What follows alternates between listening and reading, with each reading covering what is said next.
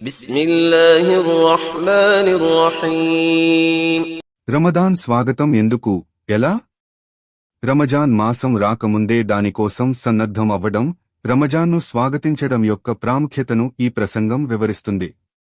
రైతు వర్షాకాలానికి ముందే పొలాన్ని సిద్ధం చేయడం, ముఖ్యమైన అతిథి కోసం ఇంటిని శుభ్రపరచడం వంటి ఉదాహరణలతో ఈ విషయం స్పష్టం చేయబడింది. రమజాన్ను స్వాగతించడానికి దుఆ చేయడం, అల్లాహ్కు కృతజ్ఞతలు చెప్పడం, సంతోషాన్ని వ్యక్తపరచడం, దృఢ సంకల్పం చేసుకోవడం, పశ్చాత్తాపం చెందడం, ఇస్లామీయ జ్ఞానాన్ని నేర్చుకోవడం, సంకల్ప శుద్ధి చేసుకోవడం మరియు ఇతరుల పట్ల హృదయాలను శుభ్రంగా ఉంచుకోవడం వంటి పద్ధతులను పండితులు సూచించారు. ఖురాన్ పారాయణం, ఇఫ్తార్ చేయించడం, దానధర్మాలు చేయడం, ఉమ్రా చేయడం మరియు దైవ సందేశాన్ని ప్రచారం చేయడం కోసం ముందుగానే ప్రణాళికలు సిద్ధం చేసుకోవాలని కూడా నొక్కి చెప్పబడింది. ఈ రమజాన్ మన చివరిది కావచ్చుననే భావనతో ప్రతి క్షణాన్ని సద్వినియోగం చేసుకోవాలని ప్రసంగం ముగుస్తుంది. అల్హమ్దులిల్లాహి వహ్దహ్, వస్సలాతు వస్సలాము అలా మల్లా నబియ్య బాదా. అన్ని రకాల ప్రశంసలు, అన్ని రకాల పొగడ్తలు సర్వలోకాల సృష్టికర్త, పాలకుడు, పోషకుడైన అల్లాహ్ సుబ్హానహువతఆలాకు మాత్రమే శోభిస్తాయి. ఆ అల్లాహ్ యొక్క కారుణ్యం ప్రవక్తలందరి మీద వర్షించుగాక. ముఖ్యంగా అంతిమ ప్రవక్త, విశ్వప్రవక్తల నాయకుడు ముహమ్మద్ సల్లల్లాహు అలైహి వసల్లంపై, వారి కుటుంబీకులపై, వారి అనుచరులపై వర్షించుగాక. ఆమీన్. సోదర సోదరీమణులారా, మిమ్మల్నందరినీ నేను ఇస్లామీయ పద్ధతిలో ఆహ్వానిస్తున్నాను. అస్సలాము అలైకుం వ రహమతుల్లాహి వ బరకాతుహు. ఈనాటి ప్రసంగంలో మనం రమజాన్ స్వాగతం ఎందుకు, ఎలా అనే అంశం గురించి తెలుసుకోబోతున్నాం. మనం షాబాన్ నెల చివరి దశకంలో ఉన్నాం. కొద్ది రోజుల్లోనే ఇన్షా అల్లాహ్ రమజాన్ మాసము రాబోచున్నది కాబట్టి రమజాన్ రాకముందే మనం రమజాన్ నెల కోసం సన్నద్ధం అవ్వాలి, రమజాన్ నెలను స్వాగతం పలకాలి. ఏ విధంగా మనము స్వాగతం పలకాలి? ఎందుకు మనము రమజాన్ నెల కోసం ఎదురుచూసి దానికోసము సన్నాహాలు చేసుకోవాలి అనే కొన్ని విషయాలు ఇప్పుడు మనము ఉదాహరణలతో మరియు ఆధారాలతో తెలుసుకుందాం. చూడండి, ఒక రైతు తన పొలాన్ని వర్షాకాలము రాకముందే దున్ని చదును చేసి సిద్ధంగా ఉంచుకుంటాడు. ఎందుకంటే వర్షాలు రాగానే వర్షాల నుండి పూర్తిగా లబ్ధి పొంది మంచి పంట పండించుకోవాలనే ఉద్దేశంతో ఆ విధంగా చేస్తాడు. సరిగ్గా అదేవిధంగా ఒక విశ్వాసీ రమజాన్ మాసం రాకముందే రమజాన్ మాసం కోసము పూర్తిగా సన్నాహాలు చేసుకుని సిద్ధంగా ఉంటాడు. రమజాన్ వచ్చిన తర్వాత రమజాన్ నుండి పూర్తిగా లబ్ధి పొందుతాడు. అలాగే ఒక అతిథి మన ఇంటికి వస్తూ ఉన్నాడు, అతను పెద్ద పెద్ద బహుమతులు కూడా మన కోసము వెంట తీసుకుని వస్తూ ఉన్నాడు అన్న విషయం తెలిసినప్పుడు మనం ఆ అతిథి రాక కోసం ఎంతో ఆశతో ఎదురుచూస్తాం. అతని రాక కోసము మన ఇంటిని, పరిసరాలను శుభ్రంగా చేసి సిద్ధంగా ఉంచుతాం. ఒక రాజకీయ నాయకుడు వస్తూ ఉన్నాడు అంటే ఏ ప్రదేశానికి అతను వస్తూ ఉన్నాడో ఆ ప్రదేశంలో ఉన్న వీధులు, ఆ ప్రదేశంలో ఉన్న రోడ్లు అన్నీ మారిపోతాయి. సరిగ్గా ఒక విశ్వాసి కూడా అదేవిధంగా రమజాన్ మాసము ఎన్నో విశిష్టతలు, వరాలు మన కోసము తీసుకుని వస్తూ ఉందన్న విషయాన్ని తెలుసుకుని రమజాన్ రాకముందే తనను, తన ఇంటిని, తన పరిసరాలను పూర్తిగా సిద్ధం చేసుకుని రమజాన్ మాసం కోసం ఎదురు చూస్తాడు. ఈ ఉదాహరణల ద్వారా మనము ఒక విషయాన్ని మాత్రము తెలుసుకున్నాం. అదేమిటంటే రమజాన్ రాకముందే రమజాన్ నుండి పూర్తిగా లబ్ధి పొందటానికి, రమజాన్ వరాలు మనకు దక్కించుకోవటానికి మనము ముందస్తు చర్యలు చేపట్టాలి మరియు రమజాన్ కోసము సన్నద్ధం అవ్వాలి, రమజాన్ నెలను ఆ విధంగా స్వాగతించాలి. రమజాన్ను ఎలా స్వాగతించాలి? అయితే రమజాన్ నెలను స్వాగతించటానికి ఏమైనా నియమాలు ఉన్నాయా, విధానాలు ఉన్నాయా అంటే ధార్మిక పండితులు కొన్ని సలహాలు మనకు ఇచ్చి ఉన్నారు. ఏ విధంగా రమజాన్ మాసాన్ని స్వాగతించాలి మరియు ఏ విధంగా రమజాన్ కోసం మనం సన్నద్ధం అవ్వాలి అంటే కొన్ని సలహాలు ఉన్నాయండి. ఒక్కొక్కటి ఇన్షా అల్లాహ్ ఇప్పుడు మనము విని తెలుసుకుందాం. 1. దుఆ, ప్రార్థన చేస్తూ ఉండాలి. మొదటి సలహా ఏమిటంటే రమజాన్ మాసము దక్కాలి అని అల్లాహ్తో దుఆ చేస్తూ ఉండాలి. ధార్మిక పండితులు తెలియజేసిన విషయం ఏమిటంటే మన సజ్జన పూర్వీకులు, సలఫ్ సాలిహీన్, రమజాన్ మాసం ఇంకా 6 నెలల తర్వాత వస్తుంది అన్నప్పటి నుండే ఓ అల్లాహ్, నాకు రమజాన్ మాసము దక్కించు అని వేడుకుంటూ ఉండేవారు అల్లాహ్ సుబ్హానహువతఆలాతో. అలాగే మనము కూడా అల్లాహ్ సుబ్హానవత్లాతో రమజాన్ మాసము దక్కాలి అని, రమజాన్ మాసము మనము పొందాలి అని అల్లాహ్ను వేడుకుంటూ ఉండాలి. ఎందుకంటే ఒక్క రమజాన్ దక్కినా మనము ఎన్నో పుణ్యాలు పొందగలము. దీనికి ఉదాహరణగా ఇబ్నె మాజా గ్రంథంలోని ఒక ఉల్లేఖనము, ప్రవక్త సల్లల్లాహు అలైహి వసల్లం వారి జీవితకాలంలో 2 స్నేహితులు ఒకేసారి ఇస్లాం స్వీకరించారు. ఆ ఇద్దరిలో నుండి ఒక మిత్రుడు ఇస్లాం సేవ కోసము బాగా కష్టపడేవాడు, తపించేవాడు. ఆయన ఇస్లాంకు సేవలు అందిస్తూ చివరికి ఇస్లాం కోసము ప్రాణత్యాగం చేసేశారు, షహీద్ అయిపోయారు. ఒక మిత్రుడు షహీద్ అయిపోయి మరణించి వెళ్ళిపోయారు. ఇక రెండవ మిత్రుడు మిగిలి ఉన్నాడు కదా, ఆయన 1 సంవత్సరము తర్వాత సాధారణ మరణం పొందారు. తల్హా రజియల్లాహు తాలా అన్హు వారు ఒక సహాబీ. ఈ 2 మిత్రులు మరణించిన తర్వాత ఒక కల చూశారు. ఆ కలలో ఆయన స్వర్గపు ద్వారాల వద్ద నిలబడి ఉంటే, దైవదూతలు ఏ మిత్రుడు అయితే సాధారణంగా మరణించాడో ఆయనను ముందు స్వర్గంలోకి తీసుకెళ్లారు. ఏ మిత్రుడు అయితే షహీద్ అయ్యాడో, వీర మరణం పొందాడో ఆయనను తర్వాత స్వర్గంలోకి తీసుకెళ్లారు. ఈయన మార్గం వద్ద నిలబడి ఉన్నారు కదా, ఈయనతో దైవదూతలు ఏమంటున్నారంటే, మీ సమయం ఇంకా కాలేదు, మీరు వెళ్ళండి అని ఇంటికి పంపించేశారు, తిరిగి పంపించేశారు. ఉదయం అయ్యాక ఆయన చూసిన కల ఇతరులకు తెలియజేశారు. ఆ నోటా ఈ నోటా అది అందరికీ తెలిసిపోయింది. ప్రతి ఒక్కరూ ఆ కల గురించి విని ఆశ్చర్యపోతూ ఉన్నారు. షహీద్ అయిపోయిన మిత్రుడు ఆలస్యంగా స్వర్గంలోకి వెళ్లటం ఏమిటి? సాధారణంగా మరణించిన మిత్రుడు ముందుగా స్వర్గానికి చేరుకోవటం ఏమిటి అని వారు మాట్లాడుకుంటూ ఉన్నారు. విషయం ప్రవక్త సల్లల్లాహు అలైహి వసల్లం వారి వద్దకు చేరిపోయింది. ప్రవక్త సల్లల్లాహు అలైహి వసల్లం వారు ప్రజల ముందరికి వచ్చి ఏమన్నారంటే, చూడండి, ఏ మిత్రుడు అయితే ఆలస్యంగా, సాధారణంగా మరణించాడో అతనికి 1 సంవత్సరము ఎక్కువ ఆయుష్షు దక్కింది. అతను 1 రమజాన్ నెల ఎక్కువగా పొందాడు. ఆ రమజాన్ నెలలో అతను పొందిన ఆ పూర్తి సంవత్సరంలో ఎన్ని సత్కార్యాలు అతను చేసుకున్నాడు అంటే, పుణ్యాలలో ఇద్దరి మధ్య భూమి ఆకాశాల మధ్య ఎంత తేడా వ్యత్యాసం ఉందో అంత వ్యత్యాసం వచ్చేసింది అని చెప్పారు. అల్లాహు అక్బర్! చూశారా? కాబట్టి 1 రమజాన్ మాసము దక్కించుకున్నా మనము సత్కార్యాలలో ఎంతో ఎత్తుకు ఎదిగిపోగలము. కాబట్టి రమజాన్ మాసము దక్కాలి అని అల్లాహ్ను వేడుకుంటూ ఉండాలి. ఇది మొదటి సలహా. 2. కృతజ్ఞతలు చెల్లించాలి. రెండవ సలహా ఏమిటంటే, రమజాన్ మాసము దక్కిన తర్వాత అల్లాహ్కు కృతజ్ఞతలు చెల్లించాలి. అల్లాహ్ ఆదేశం ఖురాన్లో ఈ విధంగా ఉంది. 2వ అధ్యాయము 172వ వాక్యం. వష్కురు లిల్లాహి ఇన్ కుంతుం ఇయ్యాహు తఅబుదూన్. ఒకవేళ మీరు అల్లాహ్యే ఆరాధించేవారైతే ఆయనకు కృతజ్ఞులై ఉండండి. అల్లాహ్కు కృతజ్ఞతలు తెలపాలని ఇక్కడ ఆదేశించబడి ఉంది. రమజాన్ మాసం దక్కటం అల్లాహ్ తరపున పెద్ద అనుగ్రహము కాబట్టి ఆ అనుగ్రహం పొందినవారు అల్లాహ్కు ముందుగా కృతజ్ఞతలు చెల్లించాలి. చూడండి, గుండె మీద ఒక్కసారి చెయ్యి పెట్టుకుని ఆత్మ విమర్శ చేసి చూడండి, ఆలోచించి చూడండి. మనతో పాటు గత సంవత్సరం రమజాన్ మాసంలో ఉపవాసాలు ఉన్నవారు, ఇఫ్తారీ ప్రోగ్రాంలలో పాల్గొన్నవారు, తరావీహ్లలో పాల్గొన్నవారు ఈ సంవత్సరము రమజాన్ వచ్చేసరికి మన మధ్య లేరు. వారు మరణించారు, అల్లాహ్ వద్దకు చేరుకున్నారు. మనకు మాత్రం అల్లాహ్ సుబ్హానవత్ ఆయుష్షు ఇచ్చాడు. మరొక రమజాన్ మన జీవితంలోకి తీసుకుని వస్తూ ఉన్నాడు. కాబట్టి మనకు అల్లాహ్ ఇచ్చిన ఈ అనుగ్రహాన్ని మనము గుర్తించి అల్లాహ్కు కృతజ్ఞతలు తెలపాలి. ఇది 2వ సలహా. 3. సంతోషపడాలి.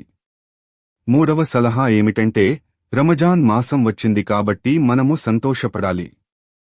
రమజాన్ మాసం వచ్చిందన్న విషయం మనకు సంతోషం కలిగించాలి. అయితే సమాజంలో 2 రకాల ప్రజలను మనము చూస్తూ ఉన్నాం. కొందరికి రమజాన్ మాసం వచ్చిందంటే అస్సలు సంతోషం లేదు, వారు బాధపడుతూ ఉన్నారు. నిజం చెప్పాలంటే కొంతమందికి సంతోషం లేదు, వారికి బాధ కలుగుతూ ఉంది. మన విశ్వాసులకే ఎవరైతే ముస్లింలని చెప్పుకుంటున్నారో వారిలోనే కొంతమందికి అలాంటి బాధ కలుగుతూ ఉంది. కారణం ఏంటంటే, వారు ఇన్ని రోజులు బాగా తాగుతూ, తింటూ, తిరుగుతూ తందనాలు ఆడుతూ ఉండేవారు. రమజాన్ వచ్చేసింది కాబట్టి ఇక ఫుల్ స్టాప్ పడిపోతుంది. ఇన్ని రోజులు తాగినట్టు వాళ్లు తాగలేరు, సిగరెట్లు తాగటం కాని, గుట్కాలు నమలటం కాని, సారాయి మద్యము సేవించటం కాని, ఇవన్నీ వాళ్లు చేస్తూ తందనాలు ఆడుతూ ఉండేవారు కాబట్టి రమజాన్ వచ్చేసిందంటే ఇదంతా ఇక ఆగిపోతుంది. రమజాన్ మాసంలో కూడా వాళ్లు తాగినా, తిన్నా, తిరిగినా, చూసిన వాళ్లు చిన్న చిన్న పిల్లలు ఉపవాసం ఉంటున్నారు, మీకేమైంది, మీరు ఉపవాసం ఉండకుండా ఇలా తిరుగుతూ ఉన్నారు అని ప్రతి ఒక్కరూ నిందిస్తారు, వేలెత్తి చూపుతారు. కాబట్టి ఇన్ని రోజులు వారు ఏ జల్సాలైతే చేస్తూ వస్తూ ఉన్నారో అవన్నీ ఆగిపోతాయి అన్న విషయాన్ని తలుచుకుని బాధపడుతూ ఉంటారు కొంతమంది. ఇది విశ్వాసానికి విరుద్ధమైన విషయం. ఇలాంటి వారు తోబా చేసుకోవలసిన అవసరం ఉంది. అయితే సమాజంలో మరికొంతమంది విశ్వాసులు ఉన్నారు. రమజాన్ మాసం వస్తూ ఉంది అంటే వారికి ఆత్మ లోపల నుంచి సంతోషం కలుగుతుంది. వారు లోపల నుంచి సంతోషపడుతూ ఉంటారు, నోటితో సంతోషాన్ని వ్యక్తపరుస్తూ ఉంటారు.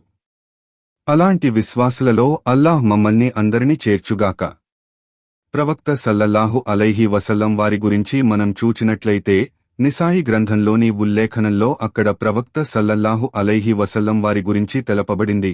ప్రవక్త సల్లల్లాహు అలైహి వసల్లం వారు రమజాన్ మాసం వచ్చిందన్న విషయాన్ని సంతోషంగా ప్రజల ముందర ప్రకటించేవారు. అతాకుం రమదాన్ షహ్రూన్ ముబారక్.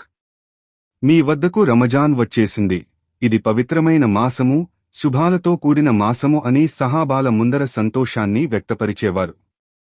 కాబట్టి రమజాన్ మాసం వచ్చినప్పుడు మనం సంతోషాన్ని వ్యక్తపరచాలి.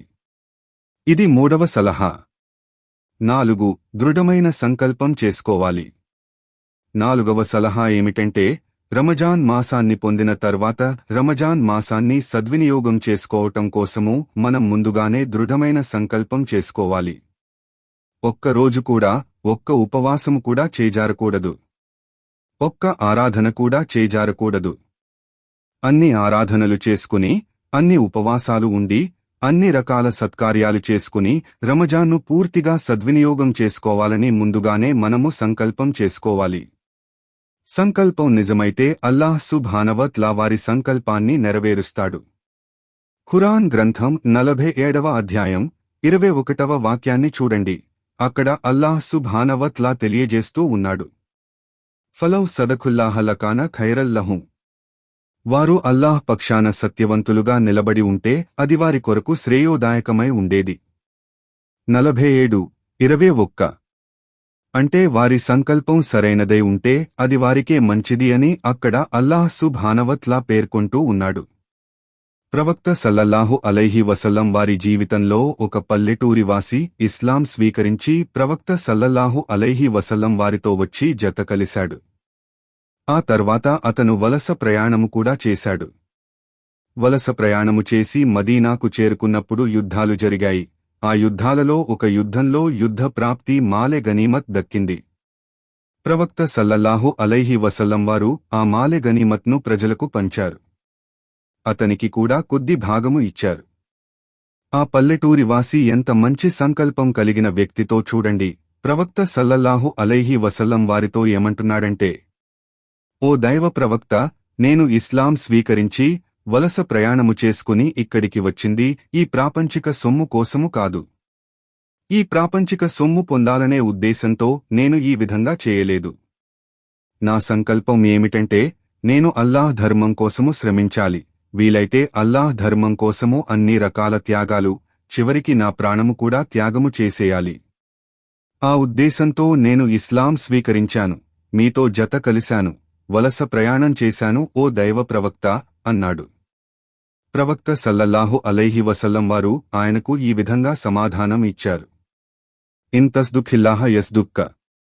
నీవు నిజంగానే ఆ విధంగా సంకల్పం చేసుకుని ఉంటే అల్లాహ్ సుబ్హానహు వ తఆలా నీ సంకల్పాన్ని తప్పనిసరిగా నెరవేరుస్తాడు అని సమాధానం ఇచ్చారు. నిసాయి గ్రంథంలోని ఉల్లేఖనం. ప్రజలు చూశారు, అలాగే జరిగింది. ఆ తర్వాత ఆ వ్యక్తి ఇస్లాం కోసము శ్రమించాడు. ఎంతగా శ్రమించాడు అంటే ఒక యుద్ధంలో ఇస్లాం కోసము అతను తన ప్రాణాలను కూడా అర్పించేశాడు, షహీద్ అయిపోయాడు. చూశారా? కాబట్టి సంకల్పంలో చిత్తశుద్ధి ఉంటే, మన సంకల్పం నిజమైనదై ఉంటే అల్లాహ్ సుబ్హానహు వ తఆలా దానిని నెరవేరుస్తాడు. కాబట్టి రమజాన్ను సద్వినియోగం చేసుకోవాలని మనము చిత్తశుద్ధితో సంకల్పం చేసుకుంటే మనకు అల్లాహ్ సుబ్హానవతఆలా రమజాన్ నుండి లబ్ధి పొందినవారు లాగా తీర్చిదిద్దేస్తాడు. ఇది 4వ సలహా. 5. పశ్చాత్తాపం పొందాలి. ఇక 5వ సలహా ఏమిటంటే, రమజాన్ రాకముందే పశ్చాత్తాపం పొంది పాపాలకు దూరంగా ఉండుటకు గట్టి నిర్ణయం తీసుకోవాలి. చూడండి, రమజాన్ మాసంలో కూడా పశ్చాత్తాపం పొందాలి. రమజాన్ మాసం రాకముందే మనము పశ్చాత్తాపము ప్రారంభించేయాలి, పశ్చాత్తాపం చెందటం ప్రారంభించేయాలి. పశ్చాత్తాపం గురించి ప్రత్యేకంగా ఒక ప్రసంగం మనం విని ఉన్నాం. ఖురాన్ గ్రంథంలోని 24వ అధ్యాయం 31వ వాక్యాన్ని ఒకసారి మనం మళ్ళీ ఒకసారి చదివి విందాం. అక్కడ అల్లాహ్ సుబ్హానవతఆలా పశ్చాత్తాపం గురించి ఆదేశిస్తూ ఇలా అంటూ ఉన్నాడు: వతూబూ ఇలల్లాహి జమీన్ అయ్యుహల్ మొమినూన లల్లకుం తుఫ్లిహూన్.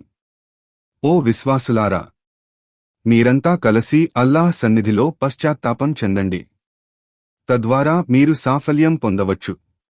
పవిత్రమైన మాసం అది రాబోవుచున్నది కాబట్టి మనం కూడా ఆ పవిత్రమైన మాసంలో ప్రవేశించేటటానికి మనము కూడా పాపాల నుండి పశ్చాత్తాపం పొంది పవిత్రులమైపోయి ఆ మాసంలో ప్రవేశించటం ఎంతో అవసరమైన విషయం కాబట్టి రమజాన్కు ముందే పశ్చాత్తాపం పొందండి. ఇదే అలవాటు రమజాన్లో కూడా కొనసాగించండి అని ధార్మిక పండితులు సలహా ఇచ్చి ఉన్నారు. ఇది 5వ సలహా. 6. అవగాహన చేసుకోవాలి. 6వ సలహా ఏమిటంటే, రమజాన్ మాసంలో అన్ని రకాల పుణ్యాలు మనం పొందాలి అంటే రమజాన్ మరియు రమజాన్లో ఉన్న ఆరాధనల నియమాలు ముందుగానే తెలుసుకోవాలి, అవగాహన చేసుకోవాలి. చూడండి, రమజాన్లో ఉన్న ఆరాధనలు, ముఖ్యంగా ఉపవాసాలు, అలాగే నమాజులు, ఖియాముల్ లైల్, అలాగే ఖురాన్ పారాయణం, దానధర్మాలు, జకాత్ చెల్లించటాలు, ఇక అనేక సత్కార్యాలు ఉన్నాయి కదండీ. వాటి గురించి నియమాలు, నిబంధనలు ముందుగానే మనము తెలుసుకోవాలి, అవగాహన చేసుకోవాలి. అవగాహన చేసుకుంటే తప్పులు లేకుండా మనము ప్రతి ఆరాధన, ప్రతి సత్కార్యము చక్కగా చేయగలము, అన్ని పుణ్యాలు పొందగలము. అవగాహన చేసుకోకుండానే అలాగే ప్రారంభిస్తే తప్పులు దొర్లి పుణ్యాలు కోల్పోయే ప్రమాదం ఉంటుంది. కాబట్టి అడిగి తెలుసుకోవాలి, చదివి తెలుసుకోవాలి. చూడండి అల్లాహ్ ఏమంటున్నాడు. ఖురాన్ గ్రంథం 21వ అధ్యాయం 7వ వాక్యం: ఫసలు అహలద్దిక్రీ ఇన్ కుంతుం లా తలమూన్. మీకు తెలియకపోతే జ్ఞానులను అడిగి తెలుసుకోండి. కాబట్టి రమజాన్లో ఉన్న ఆరాధనలు, సత్కార్యాలు అవి ఎలా చేయాలి, వాటి నియమాలు నిబంధనలు ఏమిటి అని ముందుగానే మనము తెలుసుకోవాలి, అవగాహన చేసుకోవాలి. ఇది మరొక సలహా. 6వది. 7. సంకల్ప శుద్ధి చేసుకోవాలి. 7వ సలహా ఏమిటంటే, సంకల్ప శుద్ధి చేసుకోవాలి. సంకల్పం చేసుకోండని చెప్పాం, కాని ఆ సంకల్పంలో కూడా శుద్ధి చేసుకోవలసిన అవసరం ఉంది. ఎందుకంటే ప్రదర్శనా బుద్ధికి లోనయ్యే ప్రమాదం ఉంటుంది కాబట్టి. శైతాన్ ప్రతి ఒక్కరితో పాటు ఉన్నాడు. అతను ప్రజల హృదయాలలో ప్రదర్శనా బుద్ధి పుట్టించగలడు. కాబట్టి ప్రదర్శనా బుద్ధి రాకుండా ఉండుటకు సంకల్ప శుద్ధి చేసుకోవాలి. ఎందుకంటే ప్రదర్శనా బుద్ధితో ఏ సత్కార్యము చేసినా అది వృధా అయిపోతుంది కాబట్టి, అది అల్లాహ్ వద్ద ఆమోదించబడదు కాబట్టి, మనము రమజాన్లో ప్రదర్శనా బుద్ధితో సత్కార్యాలు చేస్తే, ఆరాధనలు చేస్తే రమజాన్ మాసం వృధా అయిపోతుంది. చూడండి, ఖురాన్ గ్రంథం 18వ అధ్యాయం 110వ వాక్యంలో అల్లాహ్ తెలియజేస్తూ ఉన్నాడు: ఫమన్ కాన యర్జూ లిఖ్యా రబ్బిహి ఫల్యన్మల్ అమలన్ సాలిహన్ వలా యుష్రిక్ బీబాదతి రబ్బిహి అహదా. తన ప్రభువును కలుసుకోవాలన్న ఆకాంక్ష ఉన్నవారు సత్కార్యాలు చేయాలి, తన ప్రభువు ఆరాధనలో వేరొకరికి భాగస్వామ్యం కల్పించకూడదు. అంటే చిత్తశుద్ధితో సత్కార్యాలు చేయాలి, ప్రదర్శనా బుద్ధికి దూరంగా ఉంటూ కేవలం అల్లాహ్ ప్రసన్నత కోసం మాత్రమే సత్కార్యాలు చేయాలి. కాబట్టి మన హృదయాలలో ప్రదర్శనా బుద్ధి రాకుండా సంకల్ప శుద్ధి చేసుకోవాలి. 8. హృదయాలను సాఫీగా ఉంచుకోవాలి. ఇక 8వ సలహా ఏమిటంటే, ముస్లింల పట్ల మన హృదయాలను సాఫీగా ఉంచుకోవాలి. ఇతరుల పట్ల కల్మషంగాని, కీడుగాని హృదయాలలో ఉండనీయరాదు. ఎందుకంటే ఇంతకు ముందు షాబాన్ నెలలో, ముఖ్యంగా షాబాన్ 15వ తేదీన ఒక హదీసు మనం పదే పదే వింటూ వస్తూ ఉన్నాం. ఏముంది అక్కడ? అల్లాహ్ సుబ్హానవతఆలా షాబాన్ నెల 15వ తేదీ రాత్రిన ప్రజల వైపు దృష్టి సారించి అందరి పాపాలను మన్నించేస్తాడు. ఇద్దరి పాపాలను మాత్రము మన్నించకుండా వదిలేస్తాడు. ఎవరు ఆ ఇద్దరు అంటే, ఒకరు ముష్రిక్, మరొకరు తమ మిత్రుల పట్ల హృదయంలో కీడు ఉంచుకున్నవాడు. ఇది సహీ అత్తర్ఘీబ్ వత్తర్హీబ్ గ్రంథంలోని ఉల్లేఖనం. ఆ ఉల్లేఖనం ప్రకారంగా ఎవరైతే బహుదైవారాధన షిర్క్ చేస్తూ ఉన్నారో వారికి పాప క్షమాపణ ఉండదు. అలాగే ఎవరైతే ఇతరుల పట్ల హృదయంలో కీడు ఉంచుకున్నారో వారికి క్షమాపణ దొరకదు. కాబట్టి హృదయాలలో ఇతరుల పట్ల కీడు లేకుండా మన హృదయాన్ని కూడా మనము శుద్ధపరచుకోవాలి. ఎవరి గురించి కూడా మన హృదయంలో కీడు ఉండకూడదు. మరికొన్ని సన్నాహాలు. ఇక మరొక సలహా ఏమిటంటే ఖురాన్ పారాయణం కొరకు ముందుగానే ప్రణాళిక సిద్ధం చేసుకోవాలి.